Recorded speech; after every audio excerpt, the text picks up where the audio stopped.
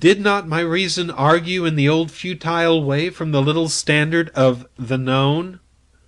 I only knew that great column of figures ascended darkly into the sky for what seemed a very long period of time, and with a very complete measure of reality, as most men are accustomed to gauge reality. Then suddenly they were gone.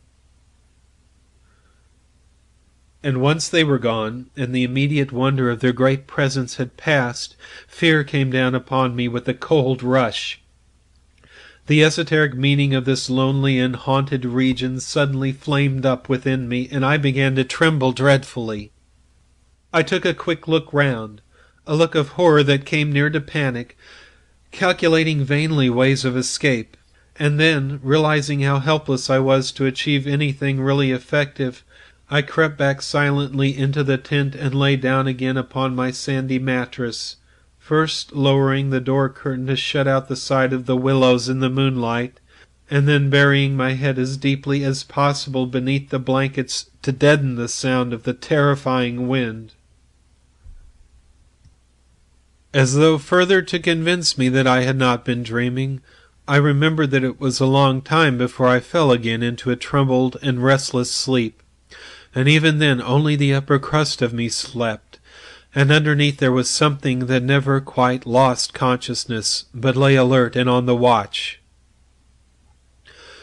But this second time I jumped up with a genuine start of terror. It was neither the wind nor the river that woke me, but the slow approach of something that caused the sleeping portion of me to grow smaller and smaller till at last it vanished altogether, and I found myself sitting bolt upright, listening. Outside there was a sound of multitudinous little patterings. They had been coming, I was aware, for a long time, and in my sleep they had first become audible. I sat there nervously wide awake as though I had not slept at all. It seemed to me that my breathing came with difficulty, and that there was a great weight upon the surface of my body. In spite of the hot night, I felt clammy with cold and shivered. Something surely was pressing steadily against the sides of the tent and weighing down upon it from above. Was it the body of the wind? Was this the pattering rain, the dripping of the leaves? The spray blown from the river by the wind and gathering in big drops? I thought quickly of a dozen things. Then suddenly the explanation leapt into my mind. A bough from the poplar, the only large tree on the island, had fallen with the wind. Still half caught by the other branches, it would fall with the next gust and crush us, and meanwhile its leaves brushed and tapped upon the tight canvas surface of the tent. I raised a loose flap and rushed out, calling to the Swede to follow. But when I got out and stood upright, I saw that the tent was free. There was no hanging bough, there was no rain or spray, nothing approached. A cold grey light filtered down through the bushes and lay on the faintly gleaming sand. Stars still crowded the sky directly overhead, and the wind howled magnificently, but the fire no longer gave out any glow, and I saw the east reddening in streaks through the trees. Several hours must have passed since I stood there before watching the ascending figures, and the memory of it now came back to me horribly like an evil dream. How tired it made me feel, that ceaseless raging wind! Yet, though the deep lassitude of a sleepless night was on me, my nerves were tingling with the activity of an equally tireless apprehension, and all idea of repose was out of the question. The river, I saw, had risen further. Its thunder filled the air, and a fine spray made itself felt through my thin sleeping shirt. Yet nowhere did I discover the slightest evidence of anything to cause alarm. This deep, prolonged disturbance in my heart remained wholly unaccounted for. My companion had not stirred when I called him, and there was no need to waken him now.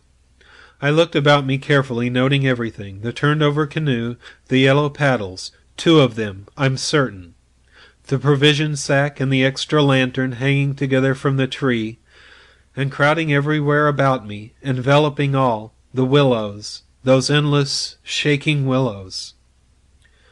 A bird uttered its morning cry, and a string of duck passed with whirring flight overhead in the twilight. The sand whirled, dry and stinging, about my bare feet in the wind.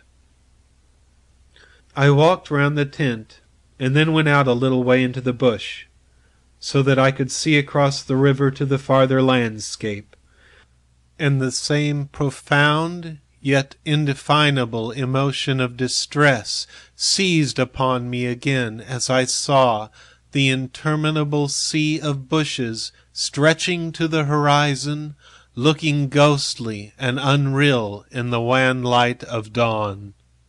I walked softly here and there, still puzzling over that odd sound of infinite pattering, and of that pressure upon the tent that had wakened me. It must have been the wind, I reflected, the wind bearing upon the loose hot sand, driving the dry particles smartly against the taut canvas, the wind dropping heavily upon our fragile roof. Yet all the time my nervousness and malaise increased appreciably. I crossed over to the farther shore and noted how the coastline had altered in the night, and what masses of sand the river had torn away. I dipped my hands and feet into the cool current and bathed my forehead. Already there was a glow of sunrise in the sky, and the exquisite freshness of coming day. On my way back I passed purposely beneath the very bushes where I had seen the column of figures rising into the air, and midway among the clumps I suddenly found myself overtaken by a sense of vast terror. From the shadows a large figure went swiftly by. Someone passed me as sure as ever man did. It was a great staggering blow from the wind that helped me forward again, and once out into the more open space the sense of terror diminished strangely. The winds were about and walking.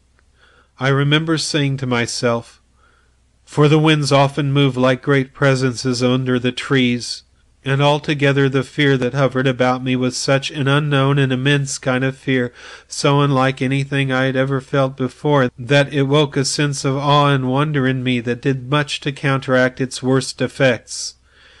And when I reached a high point in the middle of the island from which I could see the wide stretch of river, crimson in the sunrise, the whole magical beauty of it all was so overpowering that a sort of wild yearning woke in me and almost brought a cry up into the throat.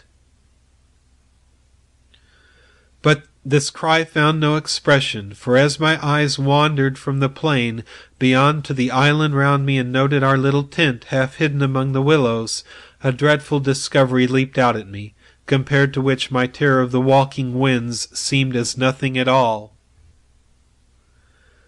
For a change, I thought, had somehow come about in the arrangement of the landscape. It was not that my point of vantage gave me a different view, but that an alteration had apparently been effected in the relation of the tent to the willows, and of the willows to the tent. Surely the bushes now crowded much closer, unnecessarily, unpleasantly close. They had moved nearer. Creeping with silent feet over the shifting sands, drawing imperceptibly nearer by soft, unhurried movements, the willows had come closer during the night. But had the wind moved them, or had they moved of themselves? I recalled the sound of infinite small patterings, and the pressure upon the tent and upon my own heart that caused me to wake in terror.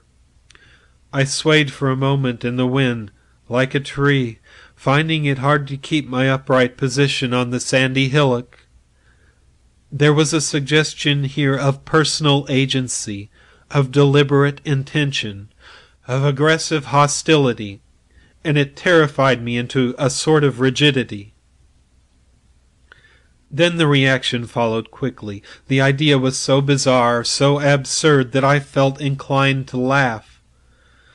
But the laughter came no more readily than the cry. for the knowledge that my mind was so receptive to such dangerous imaginings brought the additional terror that it was through our minds and not through our physical bodies that the attack would come, and was coming.